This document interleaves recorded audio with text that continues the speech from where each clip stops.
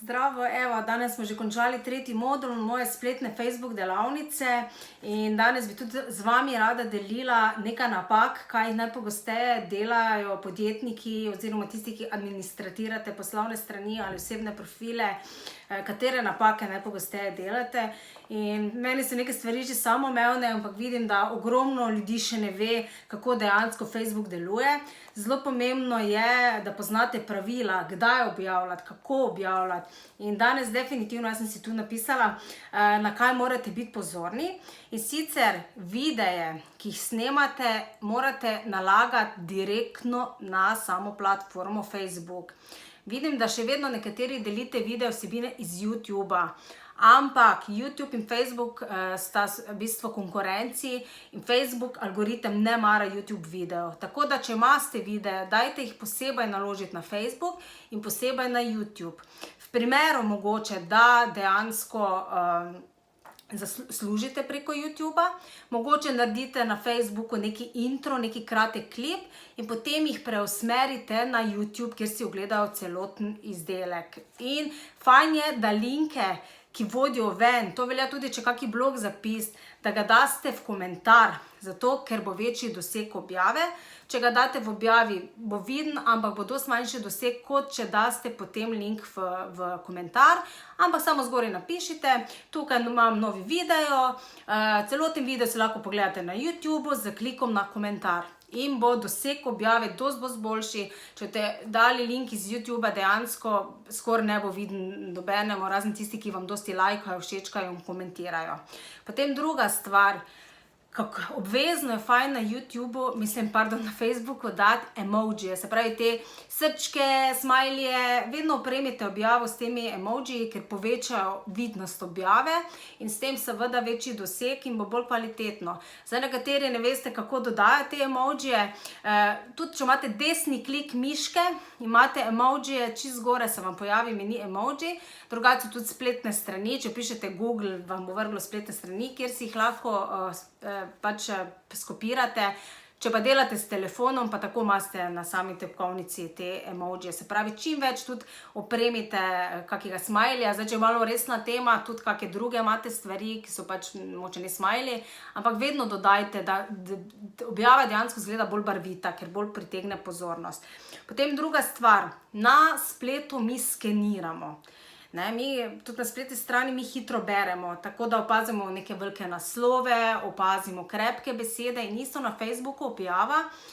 Vidim še vedno, da nekateri ful dolgi odstavek napišete, se pravi, ki je sestavljen iz 8 ali več vrstic, brez presledkov, brez nekih odstavkov. Maksimalno število je 2 do 3 vrstice, se pravi, in pol se naredi spet enter, spet napišete in enter, ker je lažje berljivo.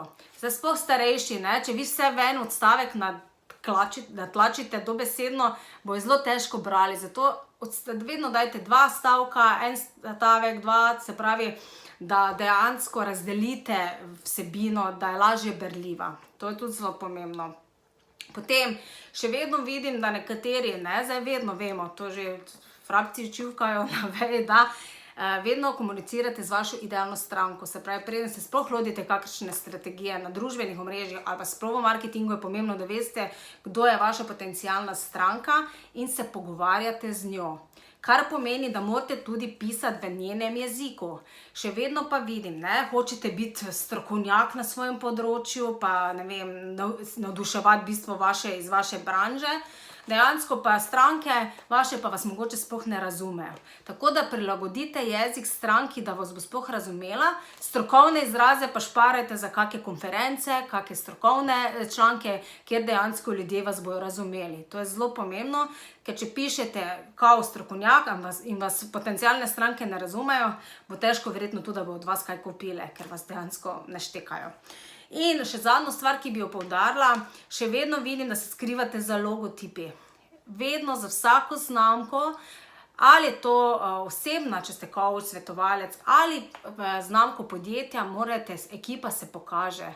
Dajte predstaviti izdelek tako, ne da samo izdelek pokažete, ga primete v roke in enostavno pokažete. Ne vem, to pa je moj izdelek, ne vem, imate novo kolekcijo oblačil, se sprehodite po trgovinici, v glavnem, da vključite tudi vaše zaposlene, ali če ste to za vi ali zaposleni.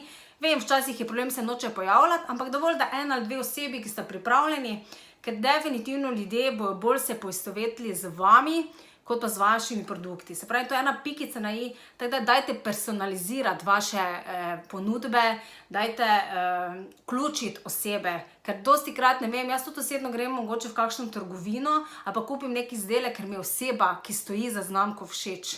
In tako da definitivno dajte tudi vključiti osebe, ne samo zgolj izdelke prikazovati. Tako da, če pa vas zanima, se pravi, zdaj vidim ogromno še pomanjkljivega znanja. 1.6. začnemo novo spletno Facebook delavnico, se pravi še ena runda, pol pa do jeseni ne bo nič. Dajte vsi tisti, ki še niste na spletu. Facebook je prva prilika, kjer lahko začnete, potem pa nadgrajujete, ker lahko začnete že danes. Tako da res, prosim, dajte še tisti, ki res nimate pojma v Facebooku, vsaj na Facebooku urediti svoje profile, začeti nekaj migati, da vas bojo ljudje spoznali. Tako da bom pripela link, če še koga zanima, ker se kar hitro polni, ne? Zdaj prva je bila razprodana, tako da ne boste še drugo ostali brez mesta. Drugače pa, evo, lep dan še vam želim naprej.